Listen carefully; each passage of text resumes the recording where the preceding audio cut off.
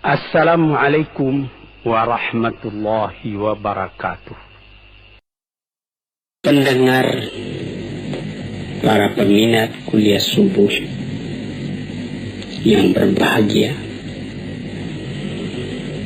soal-soal hidup dan kehidupan kekal yang kita sebutkan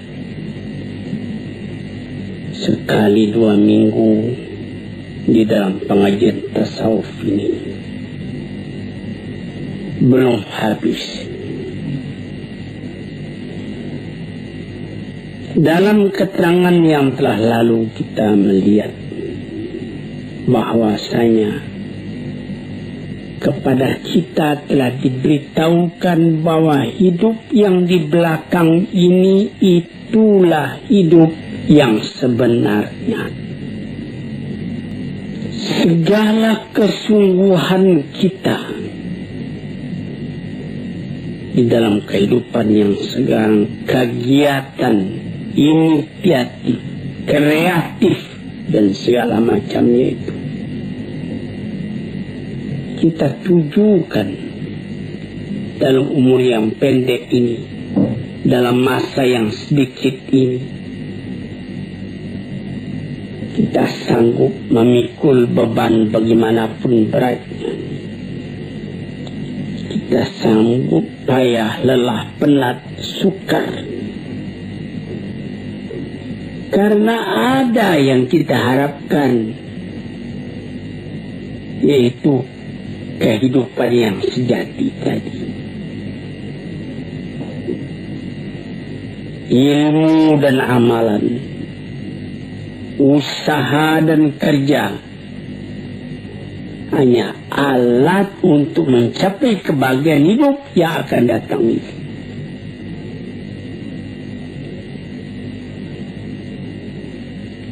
Hidup dimulai apabila nafas sudah berhenti. Alangkah ganjilnya perkataan itu. Hidup dimulai apabila nafas sudah berhenti. Yang sebelum itu apa?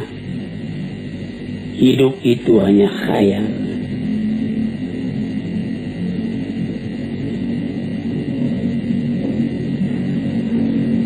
Hidup yang mengumpulkan di antara hilangnya yang disukai, yang tidak disukai. Hasilnya tercapai apa yang dicintai. Kesucian. Kita tidak pernah kehilangan yang dicintai itu. Ketentraman, kesenangan, kebahagiaan.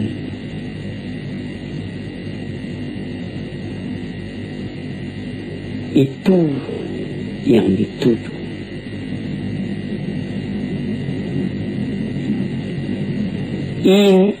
Hasilnya ilmu dengan kehidupan yang demikian, tidak ada kabar yang lain yang kita terima melainkan kabar dari Tuhan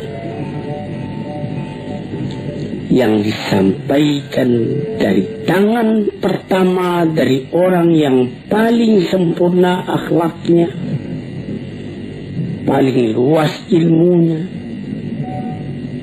paling benar katanya, yaitu Nabi Sallallahu Alaihi Wasallam dan nabi-nabi yang dahulu dari dia,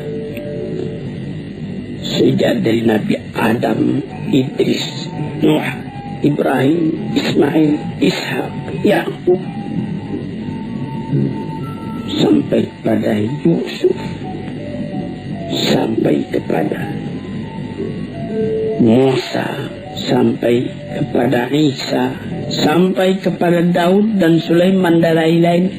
Nadanya sama, mengatakan hidup yang sekarang ini baru khayal, hidup yang sejati nanti.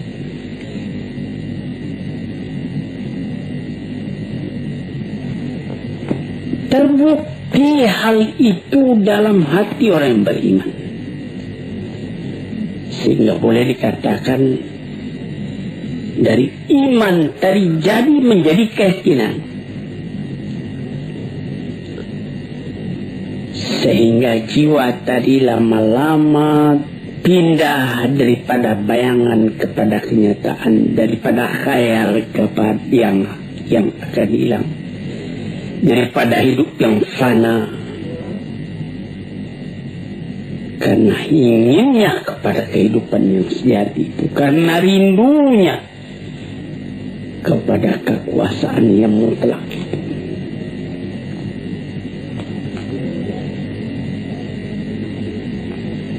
Kerinduan itulah yang menimbulkan nilai kepada hidup yang sekarang. Karena pada hidup yang sekarang ditentukan kembangan hidup yang akan datang. Oleh sebab itu, maka barang siapa yang musafir nama Allah yang Maha Pengasih lagi Maha Penyayang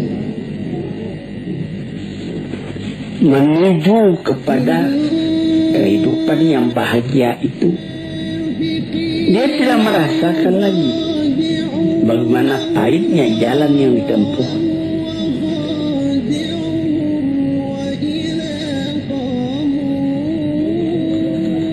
Dia mengorbankan segala tenaganya, memandang ringan segala yang berat, dengan cinta, dengan rida, dengan hati lapang, terus berjalan. Ya, kadang-kadang karena capek berhenti, tapi dia tahu perjalanan ini belum selesai. Banyak berhenti lama baru sampai, katanya. Orang yang tidak melihat ini, tidak sampai kepercayaannya kepada ini, adalah orang yang tidak mempunyai ketenangan di dalam kehidupan. Dia lekas putus asa. Ada orang-orang filsafat yang mengatakan hidup ini, katanya, ialah meminta kepuasan.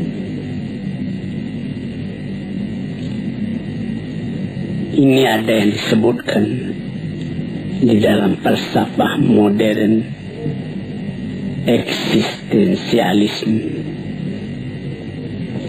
mengakui adanya wujud.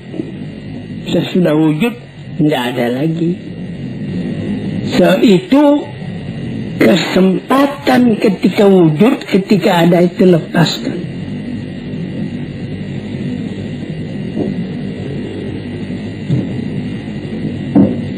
Karena apabila kita telah mati, katanya, sama saja. Seorang filosof yang tinggi, seorang ulama yang besar, seorang perampok, seorang pergayul, seorang yang tidak apa-apa, apabila telah kembali ke tanah, jadi tanah, dimakan ulat. Dia ambil alasan ketika Iskandar Makedoni berjalan-jalan ke satu kuburan. Di sana bertemu dia dengan filosof Diogenes. Lalu dia menanyakan, di situ ada kuburan. Raja Iskandar Makedoni menanyakan, "Tuan, mengapa Tuan di sini?"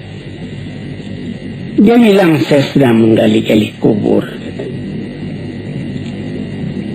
Saya hendak melihat adakah perbedaan di antara tulang ayah Tuan dengan tulang orang-orang lain yang berkubur di sini." Rupanya tidak ada perbedaan. Karena katanya kata filsafat orang enak membaca. Jadi orang-orang filosof yang begitu, Dia percaya kalau sesudah mati tidak ada perbedaan lagi. Tulang sama-sama putih, tanah sama-sama hancur, dan sama-sama dimakan ulat, habis perkara. Sampai disyairkan oleh ahli syair, innamal aisyu fi bahimiyatil ladlah wa ma yaqulul falsafi. Hidup itu ialah menurutkan kepuasan, ladlah, kepuasan. Segala yang ada ini katanya yang penting puas. Puas, makan puas, minum puas, bersanggama dan lain-lain sebagainya. Ialah dari kematian menyamakan antara orang pandai dengan orang bodoh.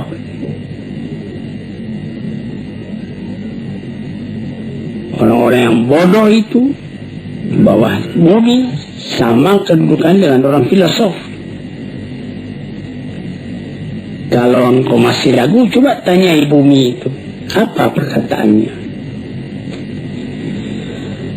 Perkataan begini adalah timbul dari orang yang mu'anid, yang menentang agama, menentang akal. Perasaan yang seperti ini dari akal juga, tapi akal yang dipenuhi oleh nafsu, bukan akal yang kembali kepada kemurniannya, kepada fitrahnya. Akal yang jauh daripada iman dan hikmah. Cobalah, hai malang, apakah oleh karena maut itu menyamakan yang salih dengan yang talih, yang alim dengan yang jahil? Oleh karena itu, maka dikatakan bahwa kita sama sekali. Orang di dalam perjalanan sampai ke tempat perantauan yang terakhir, di mana kesenangan orang itu? Apakah duduk di atas singgah sana mahligai dengan keistirahatan, atau duduk dalam kecelakaan, kesangsaraan? Apakah memang berhenti saja segala sesuatu apabila maut telah datang?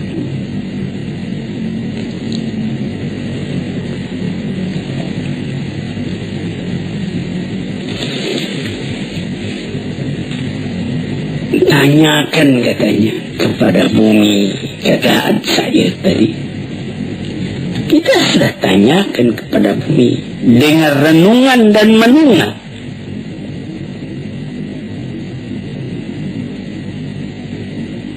Memang di dalam bumi berkumpul segala tubuh, segala badan, tulang-tulang. Kafir dengan iman berkumpul, nasab keturunan berkumpul.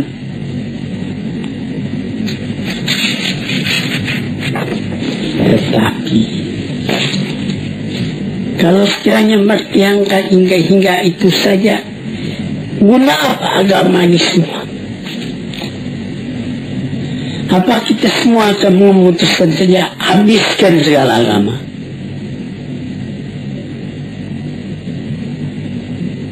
Orang mengatakan habiskan segala agama, kemudian dia membuat agama sendiri.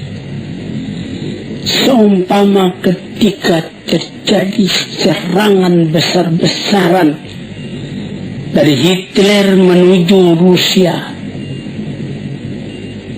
nyaris saja Rusia kalah waktu Stalin masih hidup. Apa yang dikerjakan lebih dulu oleh orang-orang pengikut Stalin, oleh orang komunis ketika itu, mempersiapkan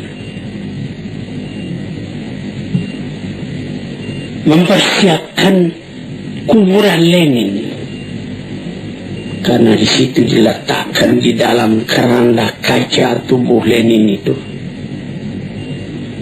Kemana mau simpan ini? Kalau betul orang itu konsekuen dengan pendiriannya, apakah itu disimpan? Yang pikiran itu kan bukan pada tubuh itu. Niki kita melihat bagaimana bahwa manusia itu bagaimanapun radikal, ateis dan segala macamnya rasional, tapi ada masanya rasionalnya itu berhenti. Ada masanya perasaan mendorong kepada segala hal,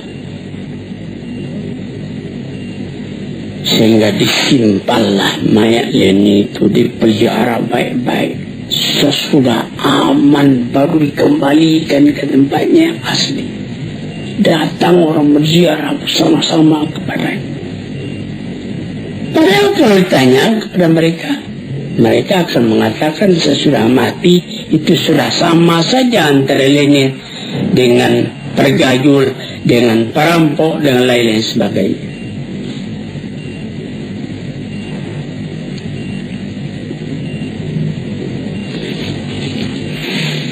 Jadi kalau kita hendak menanyakan bagaimana sebenarnya manusia sesudah matinya, kita kemana bertanya? Orang yang beragama sudah jelas menjawab kepada Tuhan, kepada Rasul-Rasul, kepada Musa, kepada Isa, kepada Yusuf, kepada Daud, kepada Sulaiman, kepada Muhammad, kepada Nuh, kepada Ibrahim. Akan sepakatkah semuanya itu nabi-nabi itu menegakkan bohong dalam alam ini? Kita tanyakan juga kepada orang-orang yang mengalami rasa kejiwaan yang mendalam menjadi khalifatullah di muka bumi, dan tanyakan juga kepada Quran.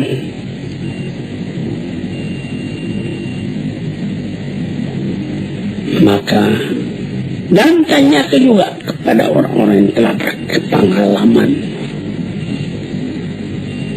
Tanya ilmu, tanya iman, sama sekali itu adalah saksi yang dapat diterima. Tanya akal, tanya fitrah murni. Dalam Al-Quran dikatakan, am hasibal ladzina jatarahu sayyiati an naj'alahum kal ladzina amanu wa amilus salihati sawa'un mahyahum wa mamatum sa'a ma yahkumun. Apakah menyangka orang-orang yang telah berbuat jahat dalam alam ini akan disamakan sejak kedudukan mereka dengan orang yang beriman dan amal saleh, sama hidupnya dan sama matinya? Itulah satu perhitungan yang salah.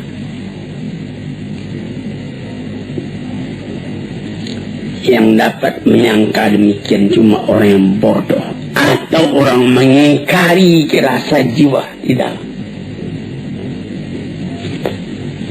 Sebab itu maka seorang ahli fikir Eropa, Oswald Spengler, mengatakan orang yang bersorak, mengatakan dia tidak percaya akan adanya hari kemudian itu, bersorak karena dia melawan kepada rasa dari hatinya sendiri. Maka memandang kepada soal itu terbagi dua. ada orang yang memandang kepada ilal asya, kepada sesuatu, dan ada orang yang memandang pada sesuatu, antara kepada dengan pada lain. Ada orang yang memandang kepada sesuatu, ada orang yang memandang pada sesuatu.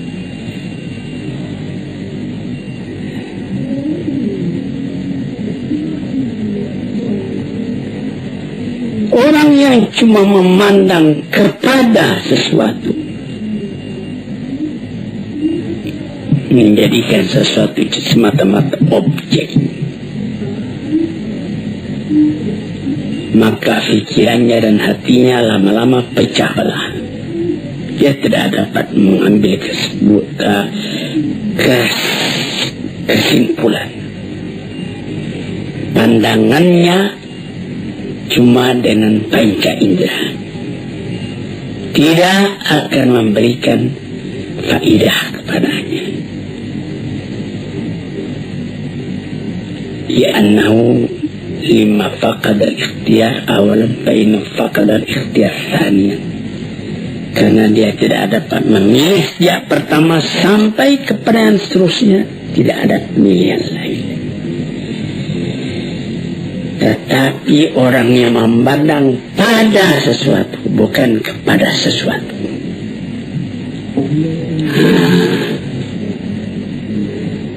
pandangannya tadi membawanya menyeberang kepada rupanya dan hakikatnya dan maksudnya.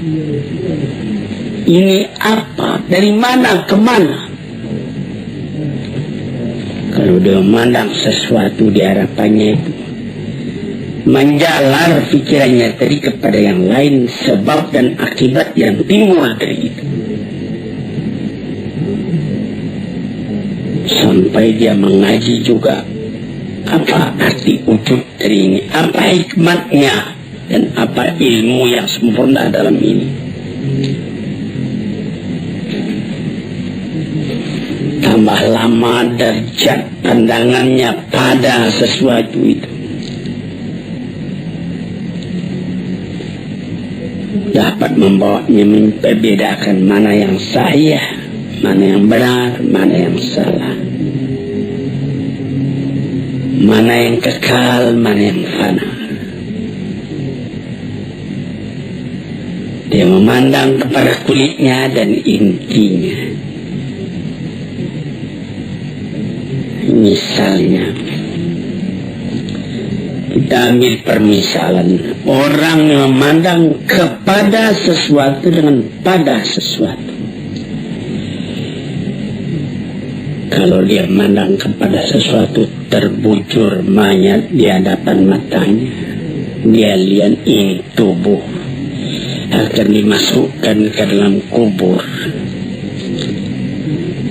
Sesudah dalam kubur dia akan cair, tidak ada apa-apa lagi. Filosof masuk ke dalam cair, hancur jadi tanah. Psikolog masuk ke dalam kubur, hancur jadi tanah. Dia memandang itu, tidak ada artinya. Tapi kalau dia pandang kepada sesuatu, ditukar dengan pada sesuatu, dia lihat, dia bawa kepada dirinya sendiri. Bercerai nyawa dengan badan. Apakah arti perpisahan itu? Apakah yang dikatakan oleh Suhrawardi, filosof dan ahli tasawuf yang besar? Dia mengatakan, badanku ini mengurung keadaan hakikatku yang sebenarnya. Aku terikat dalamnya. Tapi apabila aku mati, artinya perceraian antara hakikatku yang hidup dengan badanku yang akan jadi tanah.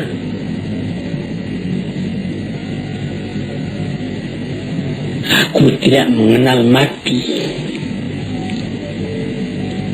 Aku melihat lagi kehidupan yang terus yang disebutkan oleh Jalaluddin Rumi di dalam pengajian tasawufnya sampai mencapai tingkat yang paling tinggi, dan kemudian diluaskan lagi oleh Iqbal bahwa apabila beliau manusia itu mati, dia akan mencapai tingkat kesempurnaan yang paling tinggi. Sebagai penghambat keraguan kita, kebenaran hal itu, kita mesti berani mengatakan Muhammad, na'udzubillah, Muhammad bohong, Ibrahim bohong, Ishak bohong, Ismail bohong, Isa bohong, semua nabi-nabi yang mengatakan hal itu kita bohongkan. Na'udzubillah. Disinilah saudara-saudara yang terhormat pentingnya pengajian. Kalau kita telah tahu bahwa dunia ini adalah jalan, jembatan untuk menuju penyeberangan yang luas, yang kekal, tentu kita akan menyediakan bakalan untuk itu. Dia tidak akan kekal di sini. Dia akan meneruskan perjalanan kepada tempat yang lain, tempat yang kekal, tempat tinggal. Manusia dipanggil ke sana, dan manusia mesti sampai ke sana dengan persiapan hidup yang sekarang ini, mengerjakan yang merintahkan Allah, menghentikan apa yang dilarang, yang disampaikan oleh nabi-nabi dengan isyarat, dengan bukti.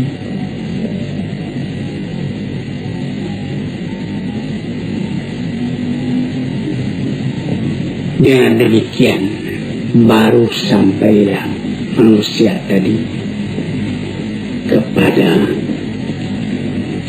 kepada ketentraman hatinya. Untuk itulah dia dijadikan, untuk itulah dia dipersiapkan. Perjalanannya ini menuju ke sana. Dia ke sana pasti. Ada hidup yang sekarang ini belum pasti. Memastikan sikap kita sendiri, bagaimana kita menyeberangi jalan ini. Nah, itulah hadirin yang terhormat, hakikat dari kehidupan yang dikatakan tadi, yang di seberang hidupnya sekarang itu hidup yang sejati. Sekian dulu, lain hari kita sambung lagi. Assalamualaikum warahmatullahi wabarakatuh.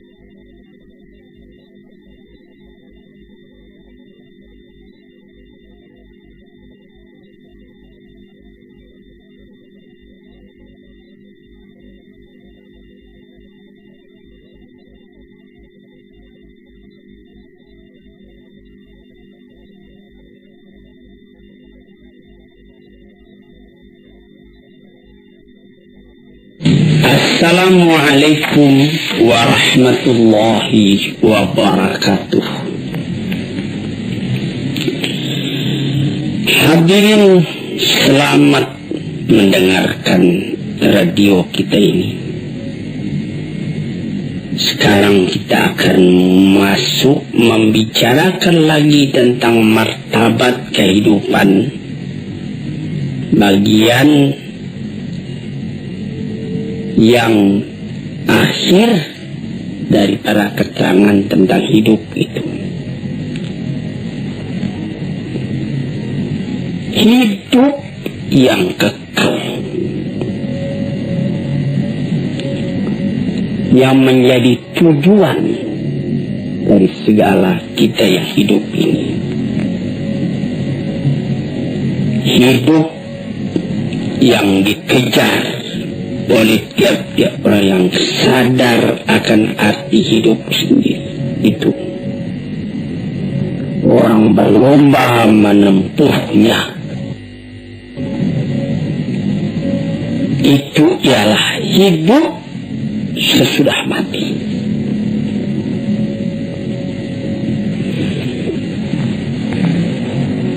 Itulah yang diserukan oleh kitab-kitab yang diturun oleh Tuhan.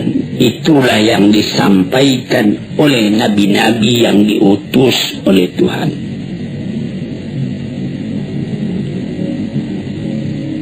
Wa ma hadhil hayatud dunya illa lahu wal 'ib. Kehidupan di dunia ini lain tidak cuma main-main, cuma sandal gurau. Wa inna daral akhirat lahiyal hayawan law kanu ya'lamun. Hidup di akhirat itulah hidup yang sejati kalau sekiranya kita fikirkan dan kita ketahui, direnungkan betul-betul. Hidup yang sekarang ini dibandingkan dengan kehidupan yang kemudian itu adalah seperti hidup sekarang ini seperti tidur saja, sebagaimana telah kita katakan pada pengajian-pengajian kita yang telah dahulu.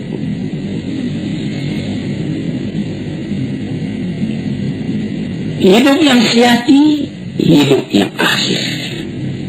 Inna daral akhirat lahiyal hayawan. Hidup yang sejati kalau kita pikirkan itulah hidup akhirat. Dengan demikian kita dapat membuat supaya kehidupan yang sekarang ini menjadi kebun. Ad-dunya mazra'atul akhirah. Dunia ini adalah seperti perkebunan untuk mengambil hasilnya di akhirat. Mendorong kita supaya di dunia ini berbuat baik banyak-banyak. Jadi kehidupan dunia ini sudah menentukan kehidupan akhirat nanti. Kalau di sini yang baik yang kita kerjakan, lepas dari kehidupan ini kita menerima kebahagiaan, kesenangan.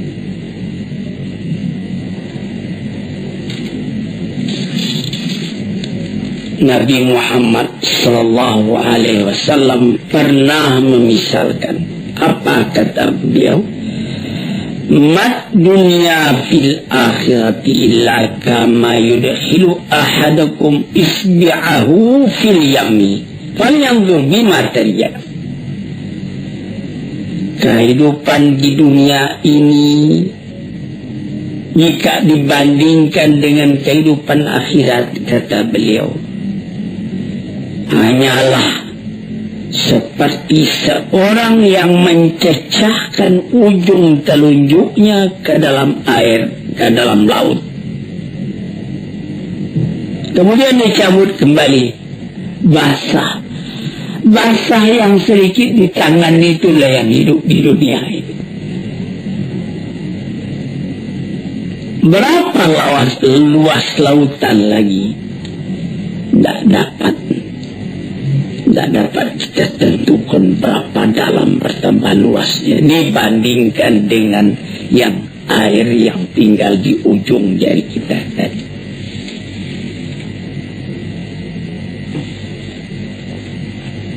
Ada dikatakan juga tanafasatil akhirah. Hari akhirat itu menafaskan jiwanya. Jadi seperti kita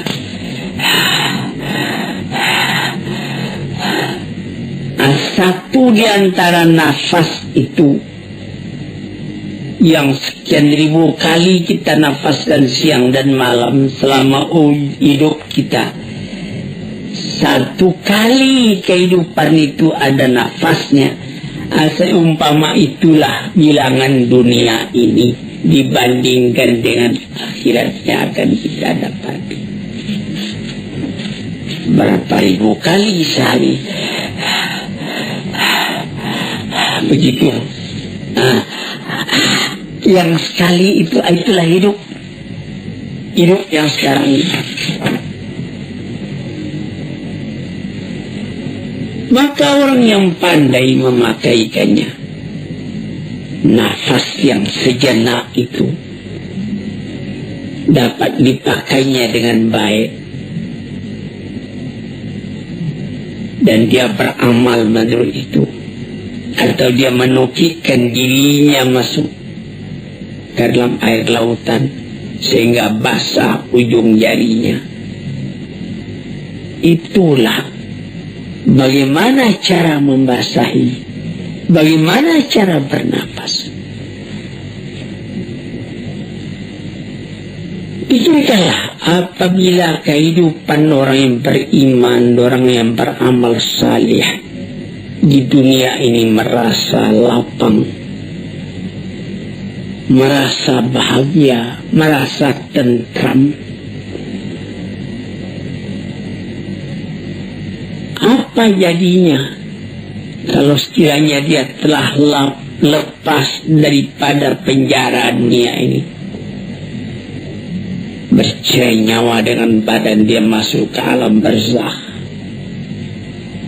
Apa perasaan pada waktu itu? Pada akhirnya kelihatan tubuh dimasukkan ke dalam bumi. Asal tanah pulang ke tanah, air pulang ke air. Tapi yang roh itu terlepas dari ikatannya.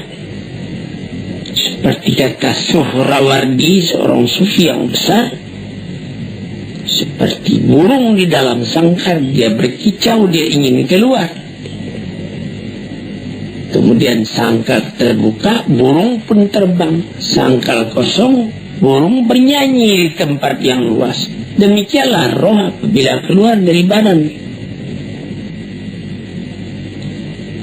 Setelah mendapatkan lapangan di alam barzakh, bagaimana lagi kehadapan di Darun Naim,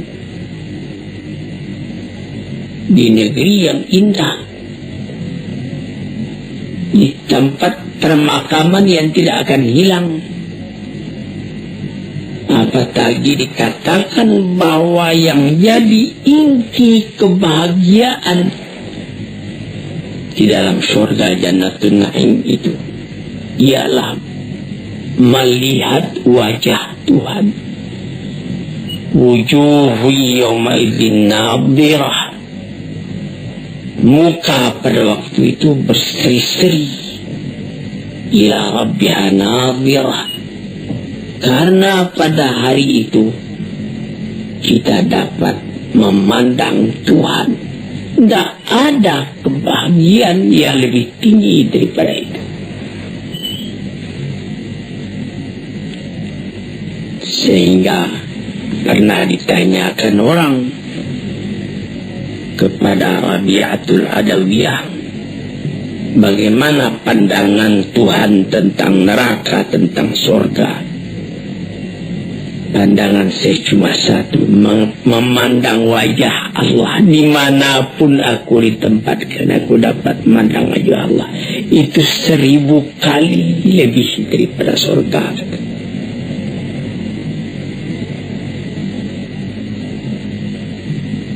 Sesudah melihat wajah Tuhan, kebahagiaan pagi, kebahagiaan sore, mendengar seruan panggilan dari Tuhan.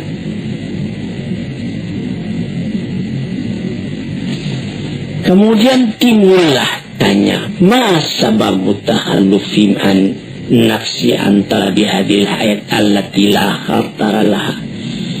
Mengapa maka mereka itu, manusia itu kebanyakan sungkan, takut menghadapi kehidupan yang sejati itu? Mengapa mereka melengah daripadanya? Mengapa maka kehidupan yang ini saja yang diingini orang, kehidupan dunia ini? Mendaki menurun, kepayahan, bertambah tua, rambut pun jadi putih, gigi pun jadi gugur. Padahal dia cuma seperti khayal, seperti bayangan saja. Apakah karena salah menggambarkannya di dalam hati, atau karena perasaan sendiri telah tumpul, atau karena tidak percaya kepada kehidupan itu, atau karena akal kita sendiri tidak beres, atau karena tertarik dengan barang yang ada di dunia ini yang mesti lepas dari kita, atau kita yang meninggalkan dia mati lebih dulu, atau dia yang meninggalkan kita. Ibarat berniaga, tidak saja beruntung, rugi pun ada. Dijawab, apa jawabnya? Ya, sama sekali itu sebabnya. Pertama, karena salah menggambarkan. Yang kedua, karena tidak mau percaya. Yang ketiga, akal sendiri tidak murni. Yang keempat, kita terpengaruh oleh barang yang dilihat, tidak tahu bahwa penggantinya lebih baik dari ini.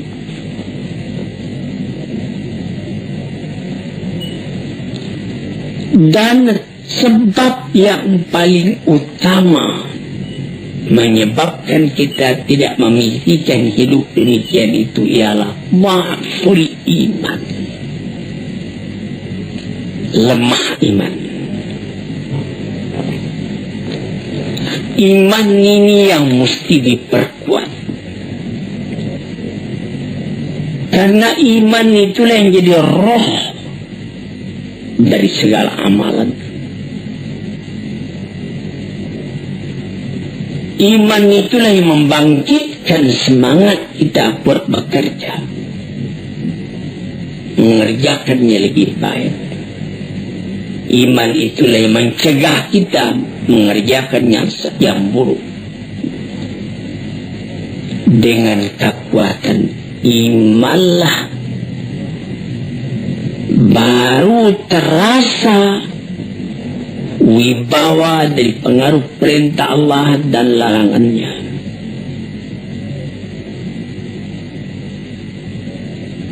Sehingga kita karena iman tadi tidak merasa payah buat mengerjakan yang baik.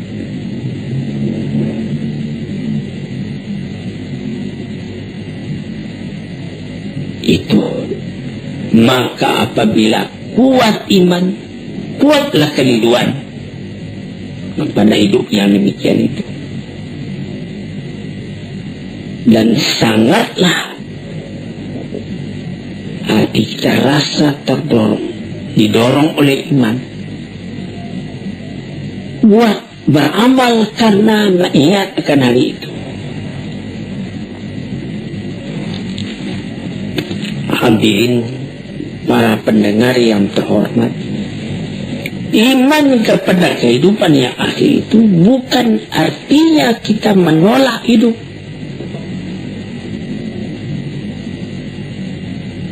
Bukan menyuruh kita cuma sembahyang saja dari pagi sampai sore, sampai petang, sampai malam sehingga tidak tidur lagi. Bukan. Apabila kita bekerja, misalnya bekerja di kantor, bekerja di ladang, bekerja berniaga, pasang kala itu dengan iman, itu nanti menjadi amal juga buat persediaan kita menghadapi akhirat esok. Misalnya orang menjadi pegawai negeri, dipasangnya dia dari hati, saya menjadi pegawai ini supaya saya dapat menservis pada masyarakat dengan baik, mencari harta yang halal untuk pembelanja rumah tangga saya, untuk menyekolahkan anak saya, biar sedikit asal amal saya itu amal yang salih. Jadi bekerja di kantor itu pun menjadi amal yang salih, menjadi pangkal kebahagiaan pada hidup yang kekal nanti, hidup yang sejati itu. Kita mencari makan, berniaga di kota, di pasar, itu pekerjaan duniawi, tapi pasanglah niat. Mengapa engkau mencari makan? Karena ada perintah Tuhan di dalam Al-Quran, kulu min tayyibati ma razaqnakum, makanlah oleh kamu segala yang baik rezeki yang kami berikan kepada kamu. Dengan kata kulu ada perintah, makanlah. Maka segala usaha mencari makan tadi, karena berdasar kepada ayat itu, kita pun berusaha mencari makan dengan niat yang begitu, sehingga dia menjadi amal kita yang kekal buat akhirat. Atau seperti menjadi saudagar, apa kata Nabi, at-tajrus saduqu fi zumrati syuhada'i yaumal qiyamah. Orang saudagar yang jujur tempatnya sama dengan tempat orang yang mati syahid di hari kiamat. Jujur, ucapannya mudah betul, tetapi dalam prakteknya menegakkan kejujuran itu juga satu pengorbanan. Tetapi itu suatu alat untuk membahagiakan kita pada hari akhirat tadi. Atau yang lain-lain. Di dalam Al-Quran banyak perintah. Kulu min samarihi, makanlah buah-buahan itu. Jadi kita disuruh bertanam supaya dapat melaksanakan itu.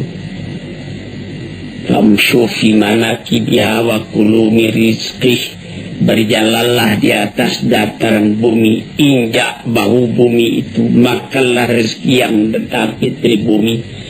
Jadi segala amalan kita bukanlah artinya, saya tidak mau lagi mencari makan, saya mau salih saja. Tidak salih namanya itu. Nah, itulah maksud perkataan Rasulullah, ad-dunya mazra'atul akhirah. Dunia itu adalah satu mazra'ah, satu kebun yang akan kita ambil hasilnya nanti di akhirat. Nah, sebab yang kedua menjadikan kita lengah, tidak ingat itu kita pandang hidup itu cuma yang sekarang ini juga. Karena kelalaian sudah masuk ke hati kita. Lalai itu sama dengan tidur. Lalai, rafalah hati kita, itu tidur hati.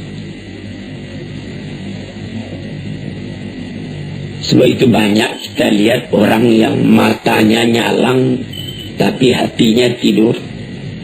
Lain dengan Nabi, matanya tidur tapi hatinya nyalang. Yanamu ainuhu wala tanamu ainuhu wala tanamu qalbuhu. Matanya tertidur tapi hatinya tidak. Terbalik dengan kita.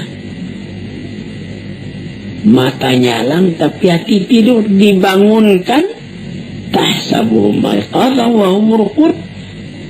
Disangka mereka itu bangun padahal dia tidur.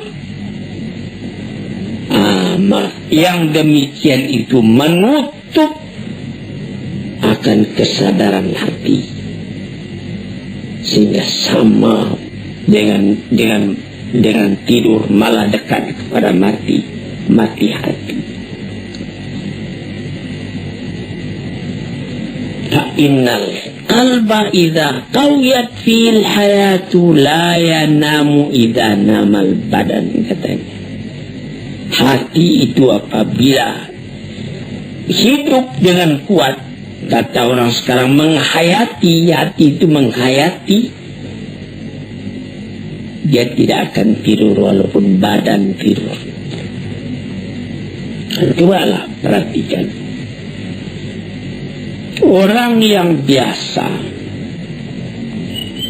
sembahyang tahajud tiap-tiap pukul 3 atau setengah 4 pagi sebelum waktu subuh datang. Walaupun dia baru tertidur matanya pukul 2, namun dia waktu dia biasa sembahyang itu, sembahyang tahajud dari pukul setengah 4 ke pukul 3, dia sendirinya bangun walaupun dia sebentar cuma tidur. Karena sudah didesak oleh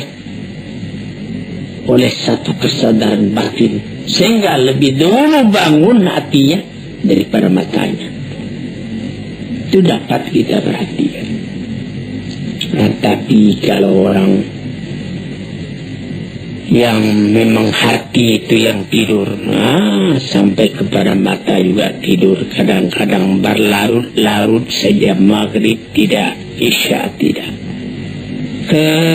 sampai jangankan tahajud, sedangkan yang wajib pun lalai dia mengerjakan karena dia tidak ingat kehidupan yang sejati bukan di sini.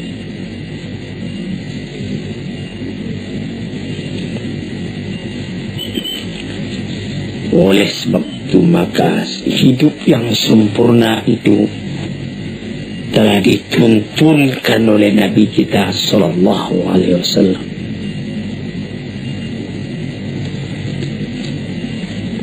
Bagaimana? Liman ahyallaha liman ahyallahu qalbahu bi mahabbati wa itba'i risalati ala basirin min dzalika bihasbi nasibihi minhuma. Yaitu orang yang dihidupkan Allah hatinya.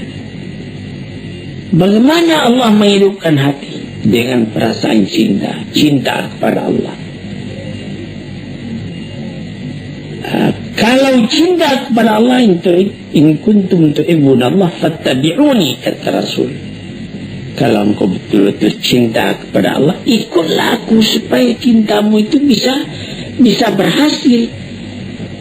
Orang mengaku cinta kepada Allah, Rasul ditinggalkannya, dia bikin ibadat sendiri menurut khayalnya masing-masing. Tidak jadi.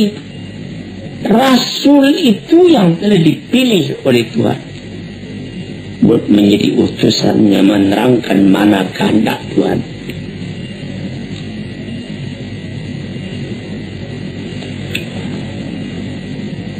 maka kelalaian atau kesadaran, keduanya itu ada dalam panca indera kita, ada dalam akal dan hati kita.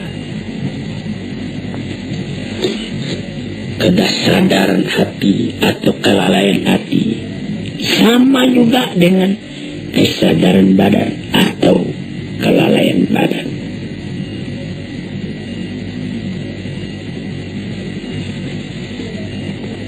Kesadaran perasaan terbagi dua. Kesadaran hati demikian juga. Kesadaran badan atau kesadaran perasaan itu menembus ke dalam jiwa tiap-tiap. Tidak ada terdengar perintah, tapi ada kesadaran dalam batin. Dia bangun mengerjakan perintah itu.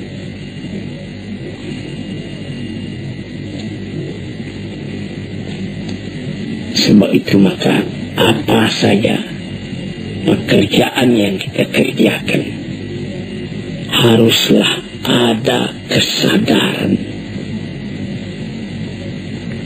Orang dalam kata-kata sekarang ini, kata modern sekarang ini, menghayati. Orang bisa ya bangun pagi, bayang, subuh, 2 rakaat, buka pintu, keluar, kamar mandi, maka kamar mandi, buka pintu, sembahyang itu sudah rutin saja, tidak ada hayatannya lagi. Sehingga ada orang yang lupa, apakah saya sudah buka pintu tadi? Atau dia kunci pintu? Tadinya dia sudah kunci karena sudah biasa begitu saja. Lalu dia nanti setelah masuk ke tempat tidur dia pula, saya sudah kunci pintu tadi? Padahal tadi sudah. Mengapa maka sekarang diulangnya lagi, anda pergi mengunci? Karena dari tadi itu dia tidak sadar bahwa dia telah mengunci. Cuma kebiasaan badannya saja. Nah, celaka kalau beribadat juga seperti itu. Sampai orang lupa apa saya sudah sembahyang tadi.